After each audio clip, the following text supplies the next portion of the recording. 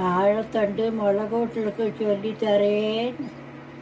ഇത് കേരളാവിലെ എല്ലാ രാത്രിയും 4 நாளைக்கு ஒருக்கா வைப்பா. வாழைத்தண்டு சின்னதாக ஒரு தண்டு நினச்சி வச்சுட்டுருக்கேன்.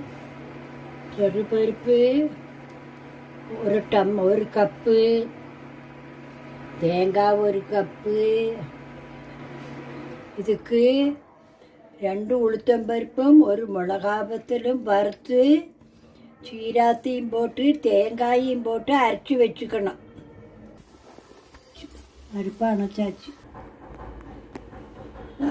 வாழைத்தண்டையும் ஊற போட்ட பயத்தம்பருப்பையும் மஞ்சப்பொடி போட்டு குக்கரில் வச்சுருக்கேன்.